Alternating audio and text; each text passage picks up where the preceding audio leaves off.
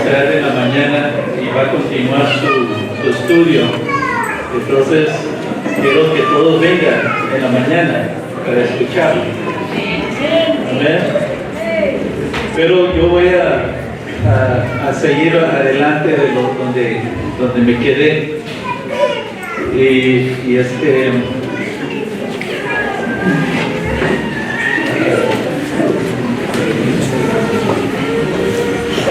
Y no vamos a hacer así muy largos para cansarlos, porque todavía tenemos jueves y viernes, todavía hay mucho más.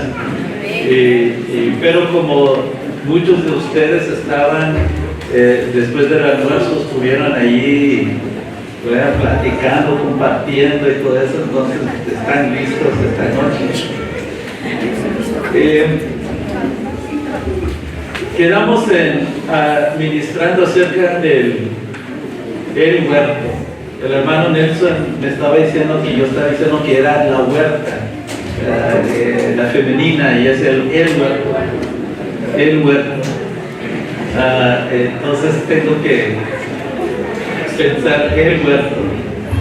El huerto de Edén. Todavía se recuerdan de lo que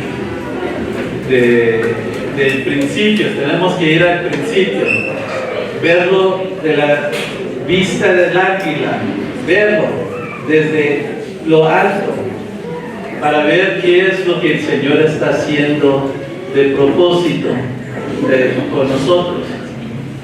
¿Sí? Y la hermana Maribel esta tarde con los jóvenes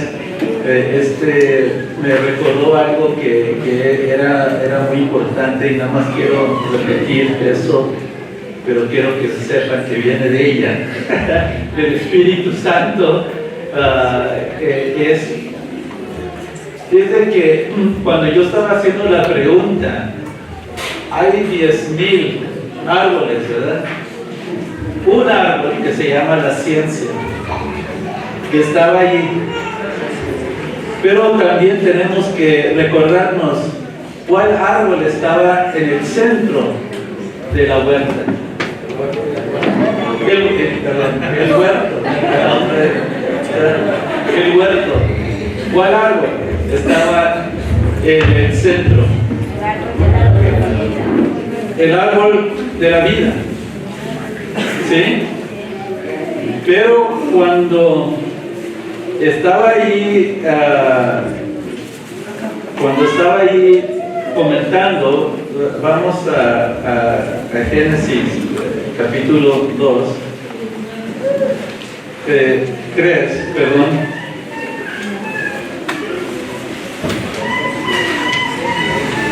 En el capítulo 3 vemos en el versículo 2 que dice: y la mujer respondió a la serpiente, porque la serpiente le había preguntado: ¿con que Dios os ha dicho no comáis de todo árbol del huerto? Y dice la mujer: del fruto de los árboles del huerto podemos comer, pero del fruto del árbol que está ¿en dónde? En medio, dijo Dios: no comeréis de él, ni le tocaréis, para que no muraréis.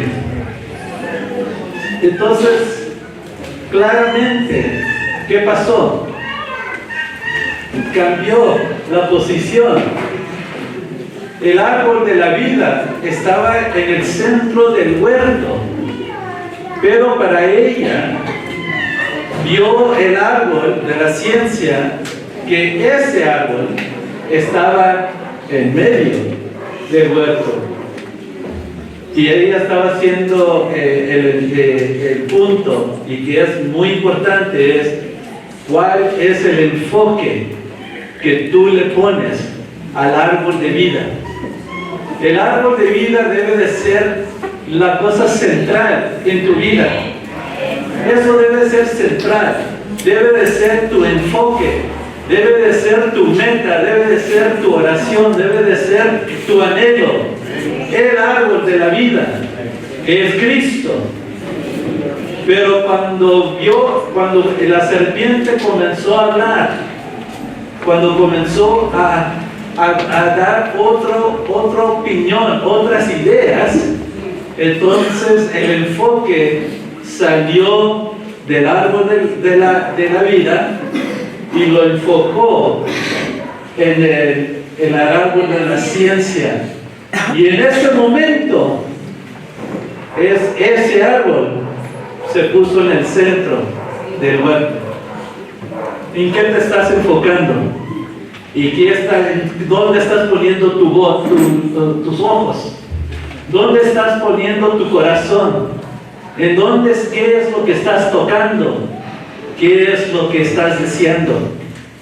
Y eso es muy importante, es el enfoque que uno tiene. ¿Qué es lo que estás poniendo atención?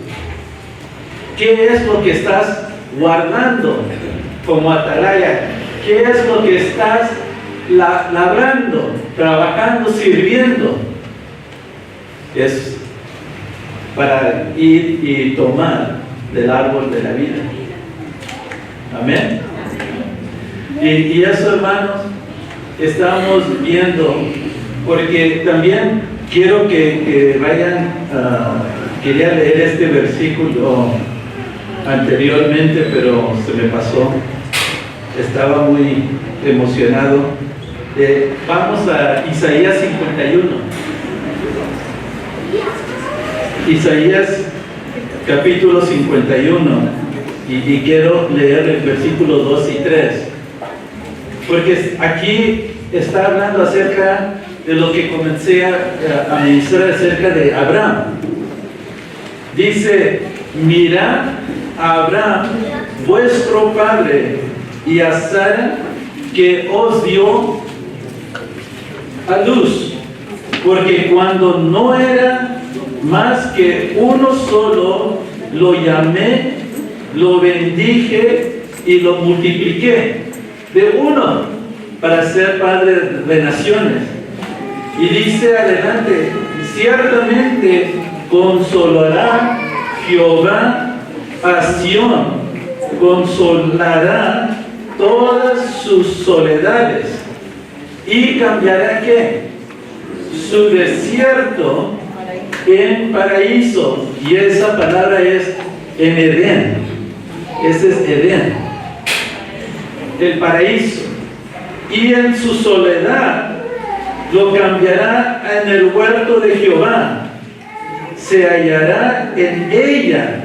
¿Qué vas a encontrar en ese huerto? Alegría, gozo, alabanza y voces de canto. Hermano, ahí es donde tenemos que encontrarnos. Alegría. Necesitamos ser un pueblo alegre, de gozo, de alabanza. Tenemos que dar por... Oigan, hermanos, esa alabanza, pues no quería parar la hermana a cantar. Estaba con las voces de canto y le seguía. Amén. Porque estaba diciendo esto, eso es alabanza.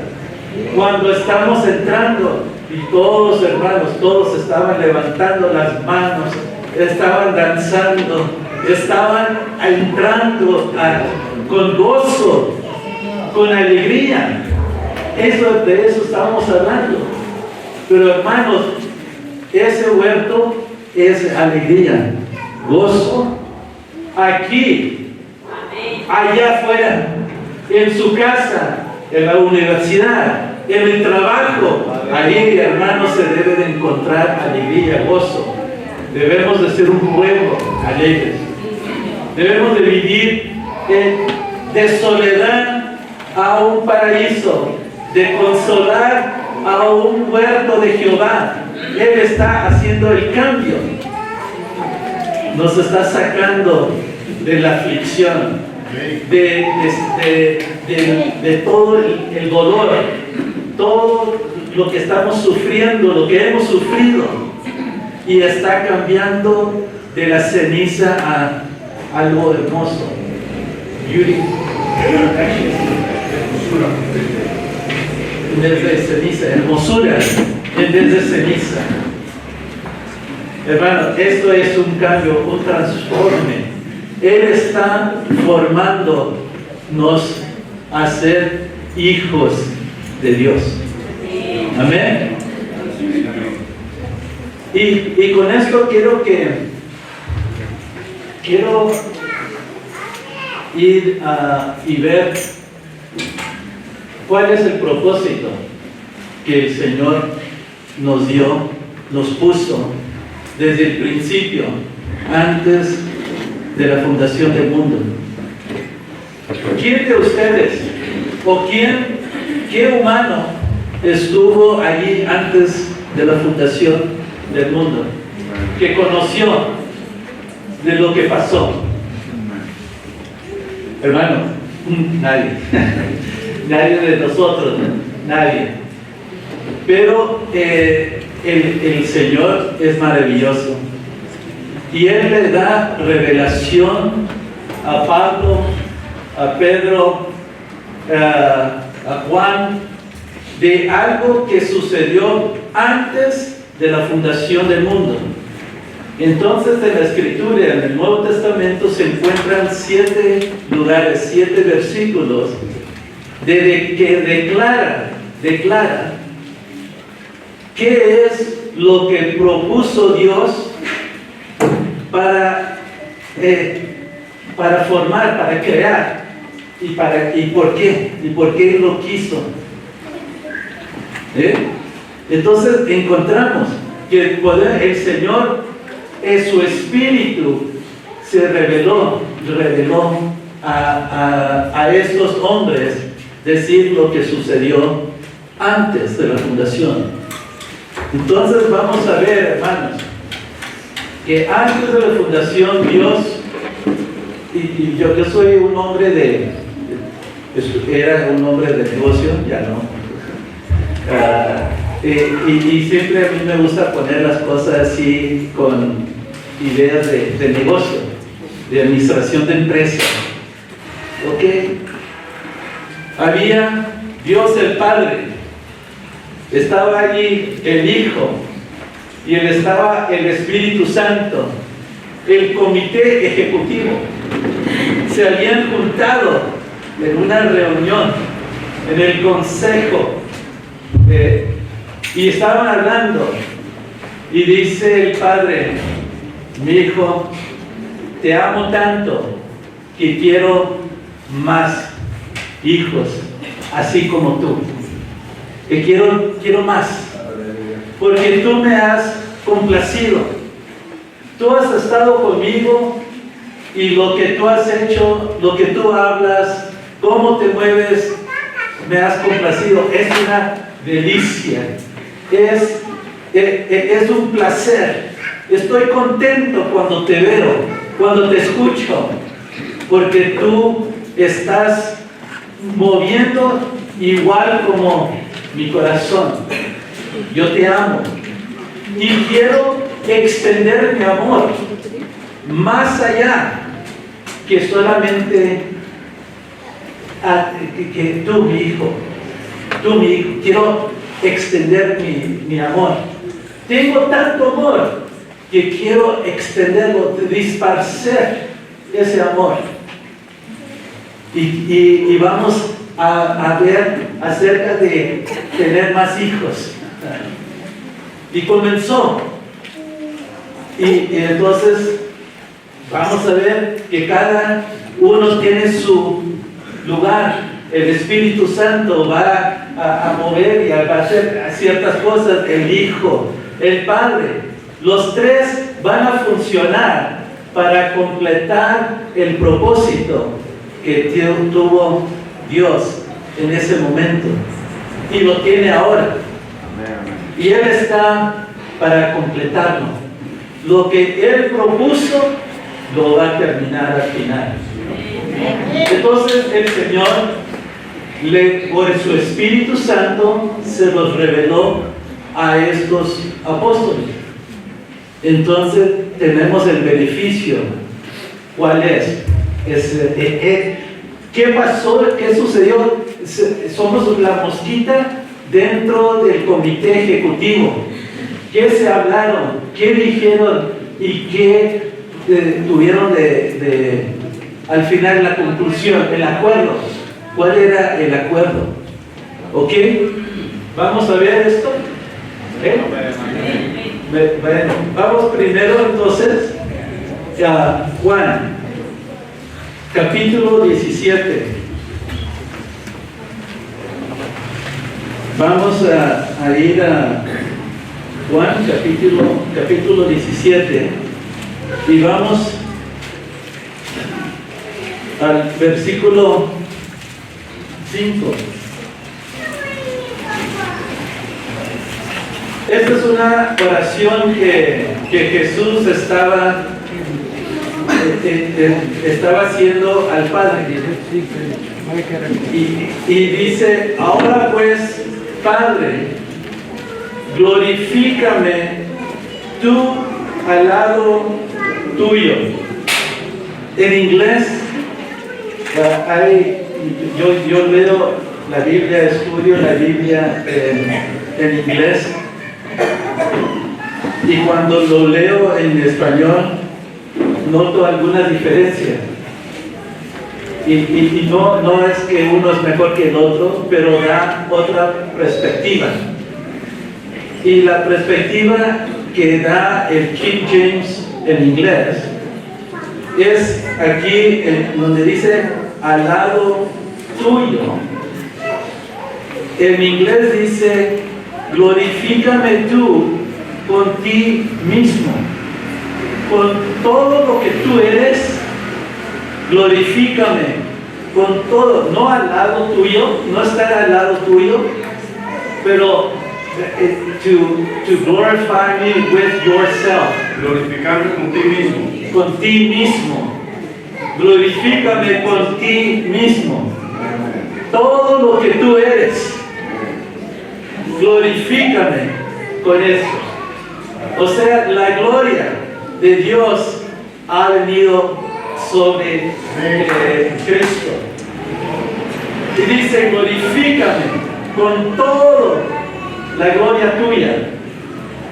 No estando del lado tuyo de ser una pareja, pero que todo esté dentro de mí, en mí.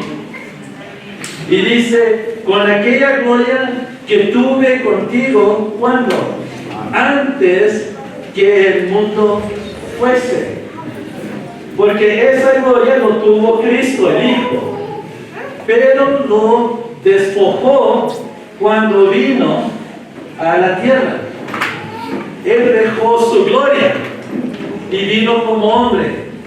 En Hebreos se habla que Él vino con sangre y carne, vino con los sentimientos, vino con todo.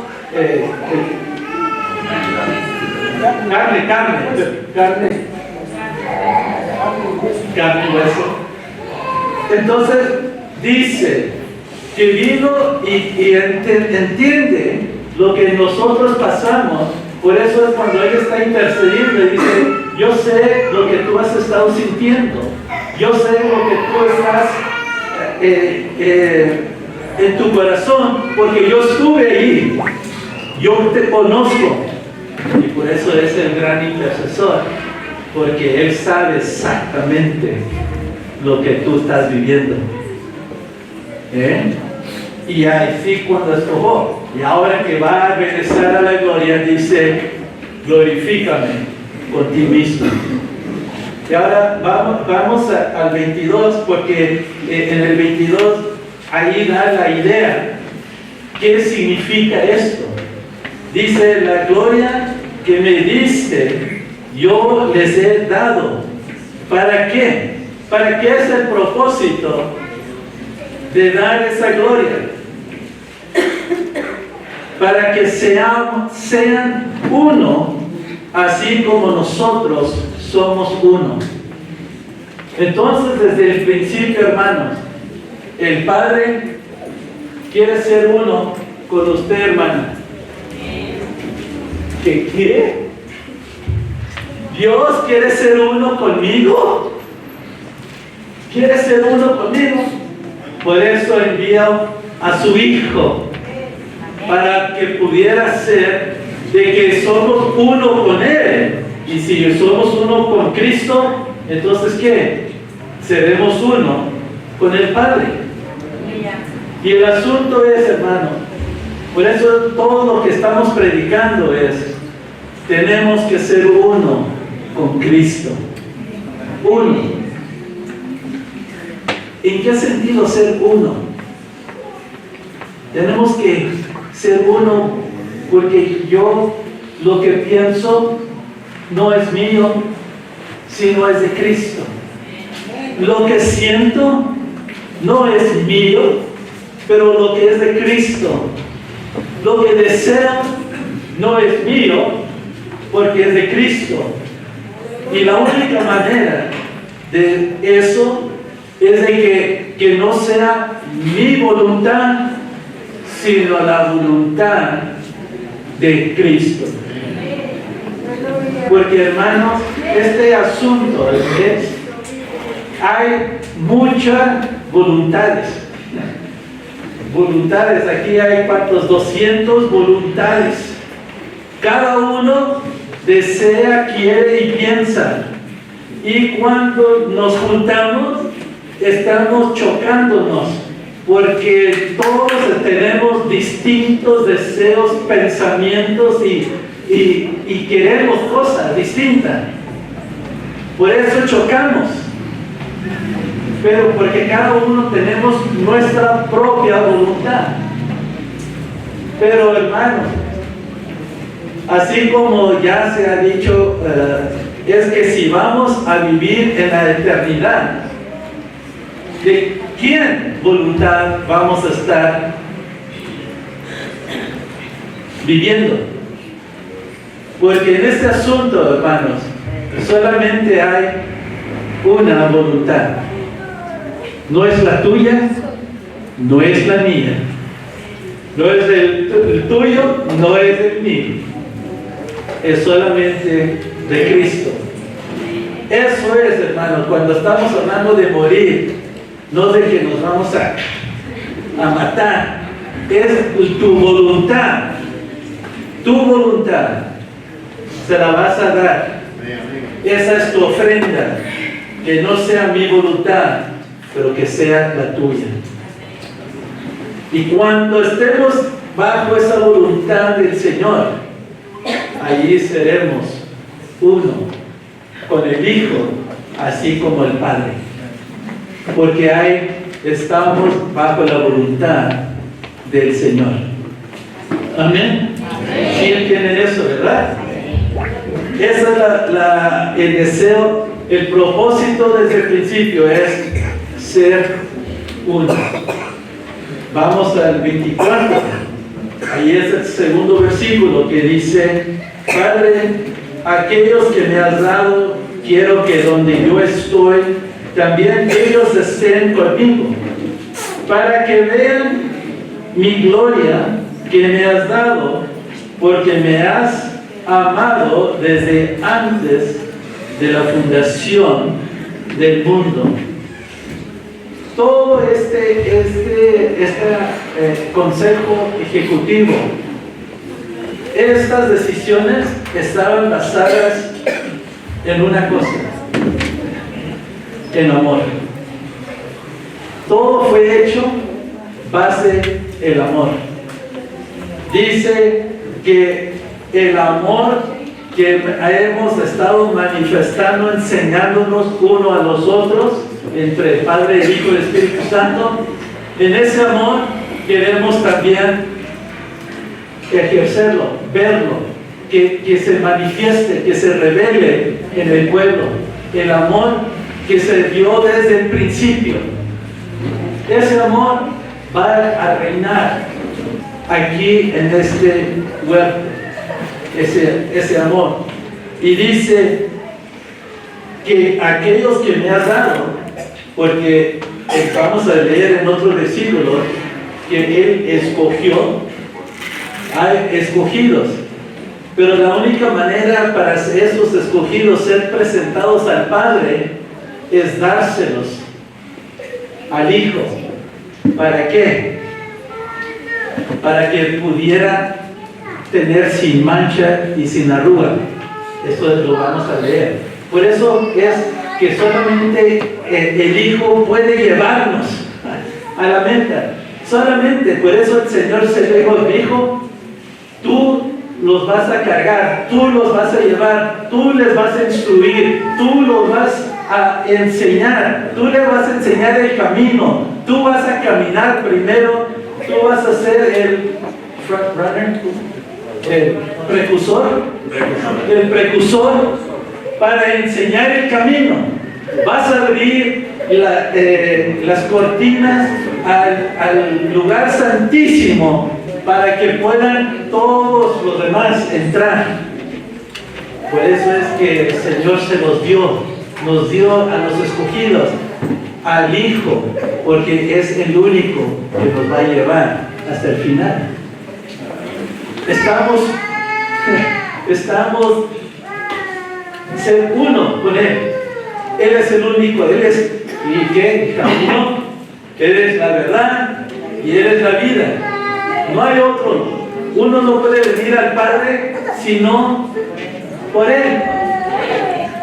Solamente por Él. Es Cristo.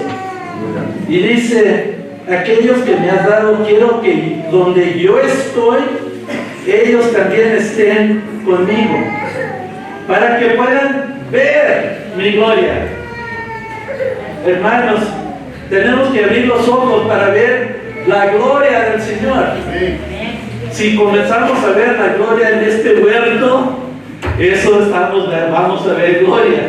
Porque cuando yo veo aquí, veo, yo no veo aquí la gloria. Pero cuando tus ojos se abran y comiences a ver la gloria del Señor aquí, hoy, hermanos, vamos a estar llenos de alegría, de gozo. Vamos a ser un pueblo completos que vamos a estar danzando y alabando al Señor. Amén.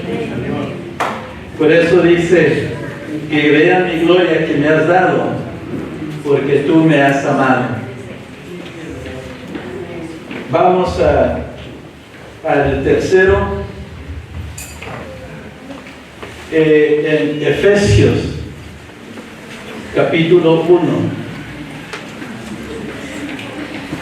Aquí podemos predicar más y más y más sobre todo esto, pero yo quiero que el Señor les comience a ministrar a ustedes directamente, no solamente de la predicación, quiero que ustedes vayan a revisar en las Escrituras de este asunto. Efesios 1, versículo 3, vamos a comenzar. Dice, bendito sea el Dios y Padre de nuestro Señor Jesucristo, que nos bendijo con toda bendición espiritual en los lugares celestiales, en Cristo, según nos escogió en Él, ¿cuándo? Antes de la fundación del mundo. ¿Para qué razón? Para que fuésemos santos y sin mancha delante de Él. ¿Cómo? En amor, habiéndonos predestinado para ser adoptados hijos suyos por medio de Jesucristo, según el puro afecto de su voluntad. Para que fuésemos santos, en el amor habiéndonos predestinados para ser hijos de Dios. ¿Sí? Quiero también hablar de adoptar. porque quiero aclarar esto de adoptar.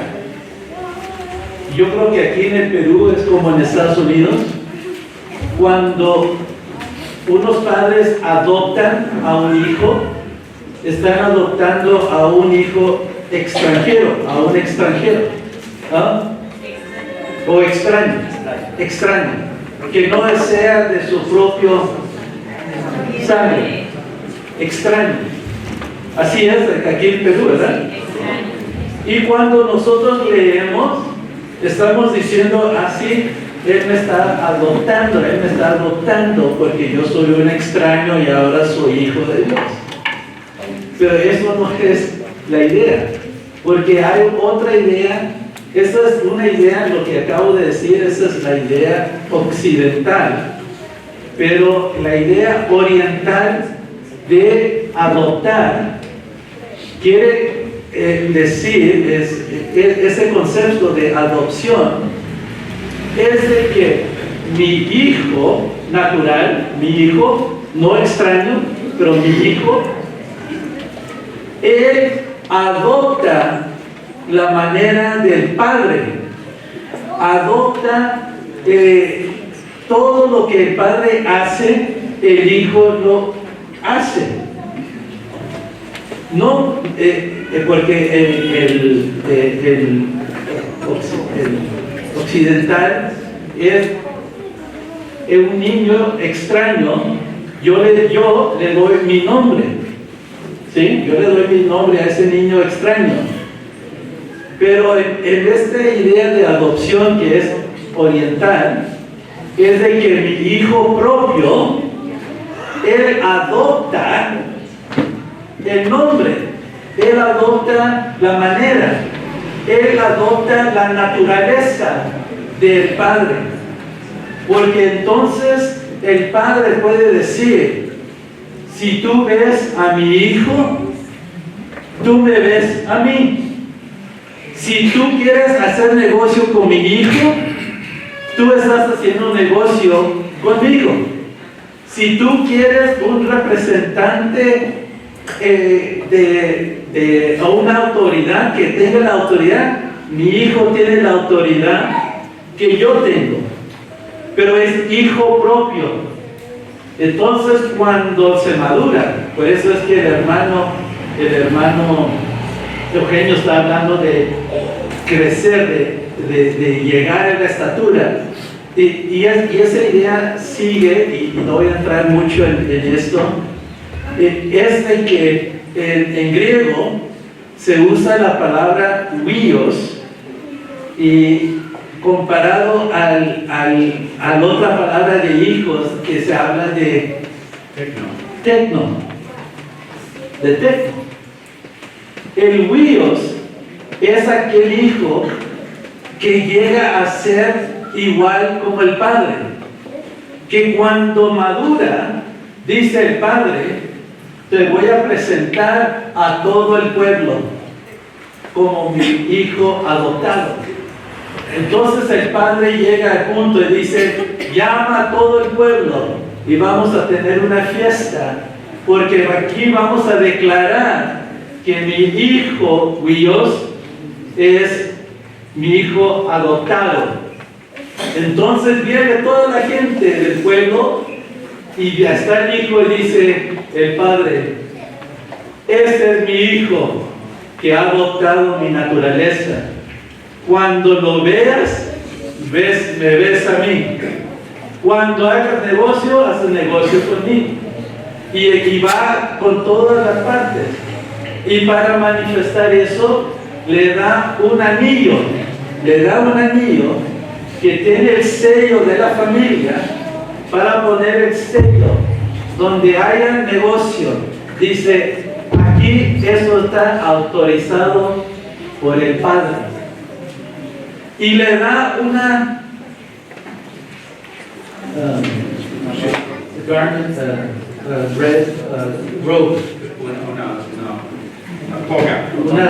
una toga roja, una túnica, que le pone y dice, él tiene la autoridad Él es el representante.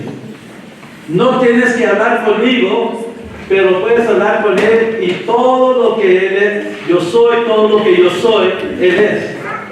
Y ese es a donde te está llevando a ti y a mí. El Señor, tú eres un hijo de Él. Tú fuiste renacido, tú no eres extraño, tú eres hijo. Él te ha nacido, has nacido de Él y tú eres hijo y hija de Él. Ahora necesita que crezcas, que madures y que seas conforme al Padre. Que tomes y llegar a Génesis, decir, tú eres conforme a mi imagen y semejanza. Amén. Somos como el Padre, somos uno con el Padre. Y eso es lo que el Señor está haciendo en estos días, en estas horas, en estos años, en este momento. El Señor nos ha escogido desde antes de la fundación para hacernos hijos maduros, para tener la autoridad y ser semejante a Él. Amén. En el cuarto versículo donde vemos esto, vamos a Tito. Tito, capítulo 1.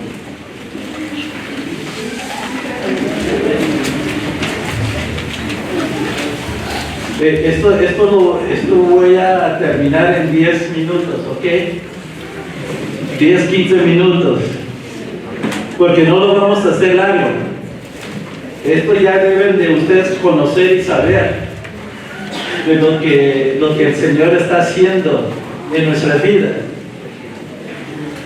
Dice que aquí en el versículo, bueno, vamos en el 1, para tener contexto: Pablo, siervo de Dios y apóstol de Jesucristo, conforme a la fe de los escogidos de Dios, a los escogidos de Dios, el conocimiento de la verdad que es según la piedad, en la esperanza de la vida eterna, la cual Dios, que no miente, prometió desde cuándo.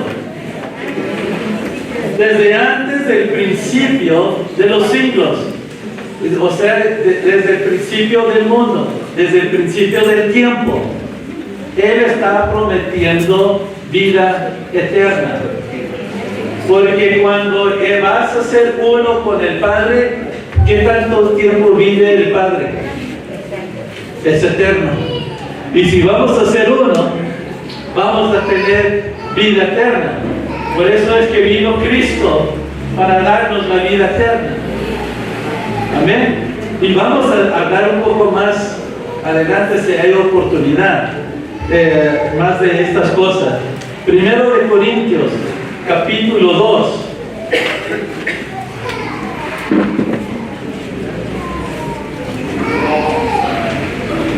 Ya vamos a terminar, entonces no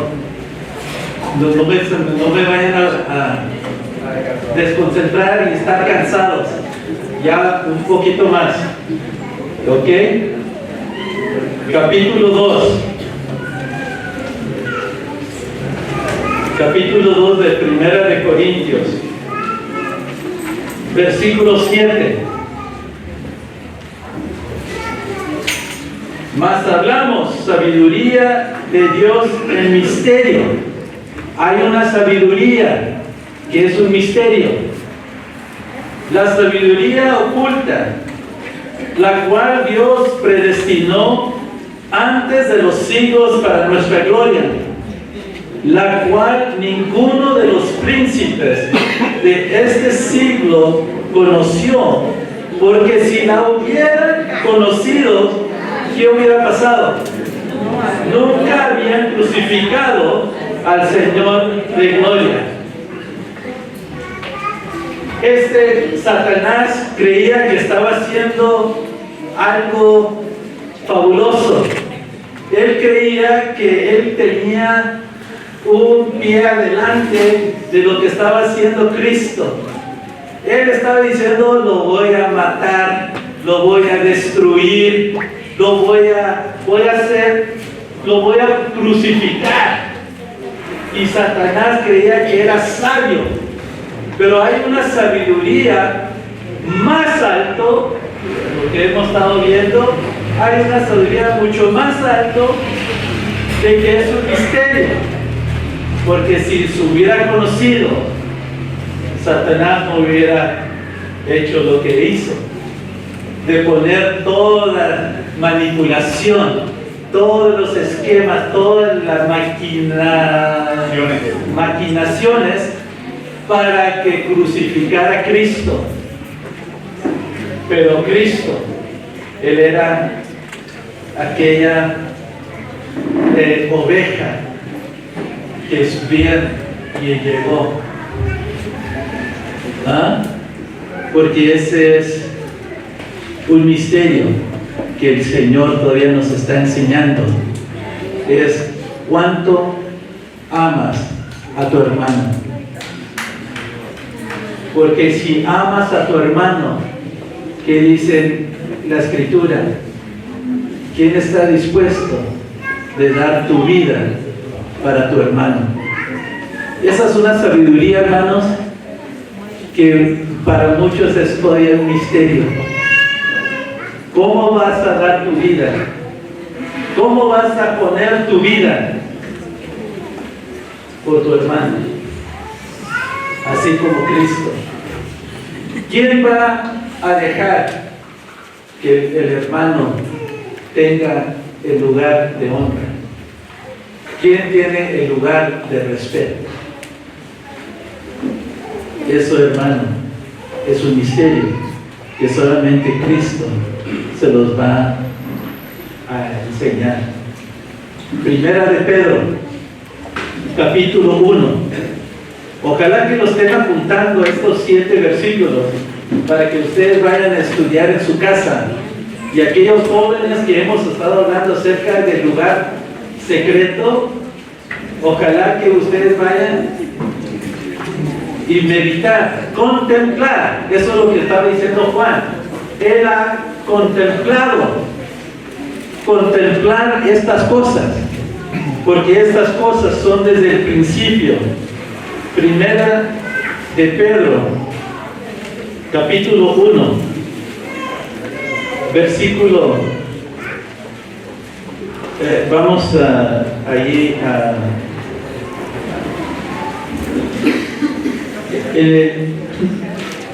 18 al 20. Dice: sabiendo que fuisteis rescatados de vuestra vana manera de vivir, la cual recibisteis de vuestros padres, no con cosas corruptibles como oro o plata, sino con la sangre preciosa de Cristo, como de un cordero sin mancha y sin contaminación, que fue destinado desde antes de la fundación del mundo, pero manifestado en los postreros tiempos por amor de vosotros. Ahí imagínense en ese lugar ejecutivo, cuando estaban hablando los tres, que el padre le dice: hijo, vas a tener que dar tu vida, vas a tener que dar la sangre preciosa para redimir. Y él, allí están todos los tres, dice: sí, papá, sí, Abba, sí, papi, por el amor que tú me has dado, yo también tengo amor para ellos. ¿Ya? Imagínense poner su vida por ti, por mí. Y el último, segundo de Timoteo,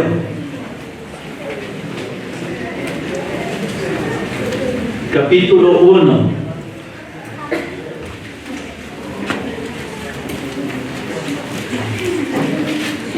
Vamos al 8, al 10. Dice, por tanto, no te avergüences de dar testimonio de nuestro Señor, ni de mí, preso suyo, sino participa de las aflicciones por el Evangelio según el poder de Dios, quien nos salvó y llamó con un llamamiento santo, no conforme a nuestras obras, sino según el propósito. Él nos llamó porque hay un propósito suyo y la gracia. Él nos llamó, y de esto va a estar hablando el hermano Eugenio, de la gracia. La gracia, vamos a ver que es sumamente importante para llegar al final. Sumamente importante. Dice, según el propósito suyo y la gracia que nos fue dada, ¿de quién? En Cristo Jesús, antes de los tiempos, de los siglos, pero que ahora ha sido manifestada por la aparición de nuestro Salvador Jesucristo, el cual quitó la muerte, sacó a luz la vida y la inmortalidad por el Evangelio. Ay, hermanos, lo que el Señor ha hecho. Él tiene propósito y por su gracia vamos a llegar al fin. Dice el cual quitó la muerte. Él quitó la muerte. Estaba leyendo en Romanos. Él ya destruyó esa ley de muerte y de pecado. Eso ya Él lo quitó. Él también está dando la luz, la vida. Nos está enseñando cuál es esa vida. Estamos viéndola, no solamente escuchando, pero lo vemos, lo tocamos, esa vida, porque esa vida nos va a llevar a la inmortalidad. Hermano, qué glorioso es.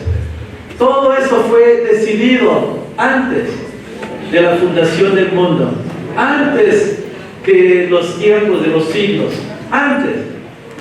Entonces, si Él ya lo propuso, hermano, esto se va a lograr. La pregunta es, si tú y yo vamos a participar en esto, si tú y yo vamos a ser hijos de Dios. La decisión está en nuestras manos.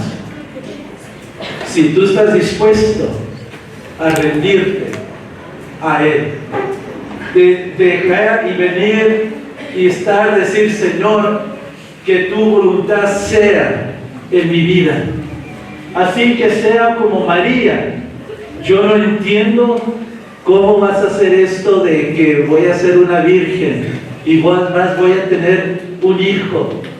No lo entiendo, no sé cómo va a funcionar, pero haz conmigo de acuerdo de tu palabra. Haz conmigo. Muévete en mí, Señor. Muévete en mí, me rindo. Estoy aquí en el altar. Haz conmigo como tú has propuesto, has tenido este propósito desde el principio. Y vamos a ver, hermanos, que Él manda la gracia, que es su fuerza para poder madurar, adoptar el nombre o la naturaleza de Dios, y que Él nos diga, hijo bueno, hijo bueno, hija buena, tú has llegado a ser como yo, tú hablas como yo, tú te manifiestas como yo, tu carácter es como el mío, tu naturaleza es como el mío, tú eres conforme a mi imagen y mi semejanza. Hermano, qué glorioso. Pero ahora depende en cada uno de nosotros si estamos dispuestos de rendir nuestra voluntad. Eso es difícil, pero eso es lo necesario. Eso es lo que te va a costar, tu voluntad. No te va a costar dinero, no te va a costar cosas